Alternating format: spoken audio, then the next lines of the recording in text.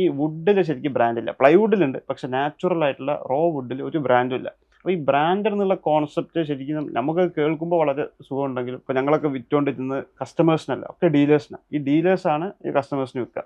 അപ്പോൾ ഈ ഡീലേഴ്സിൻ്റെ അടുത്തൊക്കെ നമ്മൾ ഈ ഒരു കോൺസെപ്റ്റ് ഇൻട്രൊഡ്യൂസ് ചെയ്യുമ്പോൾ അവർ അക്സെപ്റ്റ് ചെയ്യണമെന്നില്ല. നമ്മൾ ഈ മരം മേടിക്കാൻ പോകുമ്പോൾ ആളുകൾക്ക് കൺസ്യൂമേഴ്സിന് ഒരുപാട് പ്രോബ്ലംസ് ഉണ്ട്, കോംപ്ലിക്കേഷൻസ് ഉണ്ട്.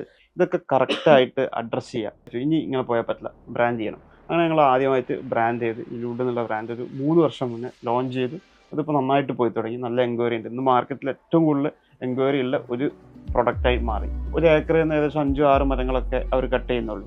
ഒരു ഹെക്ടറിന് 5-6 മരമൊക്കെ കട്ട് ചെയ്യുന്നുള്ളൂ. അങ്ങനെ വരുമ്പോൾ ആ ഏജ്ഡ് ആയിട്ടുള്ള ലോഗ്സ് അവർ കട്ട് ചെയ്യുകയും അതിൻ്റെ ചുറ്റുഭാഗത്തുള്ള ചെറുമരങ്ങൾ പെട്ടെന്ന് വളരുകയും ചെയ്യും. നല്ല സൺലൈറ്റ് കിട്ടി, വാട്ടർ കിട്ടി, പെട്ടെന്ന് വളരും. അപ്പോൾ സർക്കാരിന് ആവശ്യമുള്ള വരുമാനവും പിന്നെ ആളുകൾക്ക് എംപ്ലോയ്മെന്റും കിട്ടും. മലയാളികൾക്ക് ഒരു പ്രത്യേകത ഉണ്ടല്ലോ, നമ്മുടെ നാട്ടിലുള്ളതൊക്കെയാണ് നല്ലത്, പുറത്തുനിന്ന് വരുന്നതൊക്കെ ഇപ്പൊ ഒരുപാട് മാറി. മലയാളികളെ പ്രശ്നം തെറ്റാല് മലയാളികൾക്ക് ഈ വെള്ള കളർ കണ്ട മരം കിട്ടില്ല. വൈറ്റ് കളറിന് കണ്ടാൽ ഒരു റെഡിഷ് മരം ഉണ്ടെങ്കിൽ ഇവിടെ ചിലവാകും.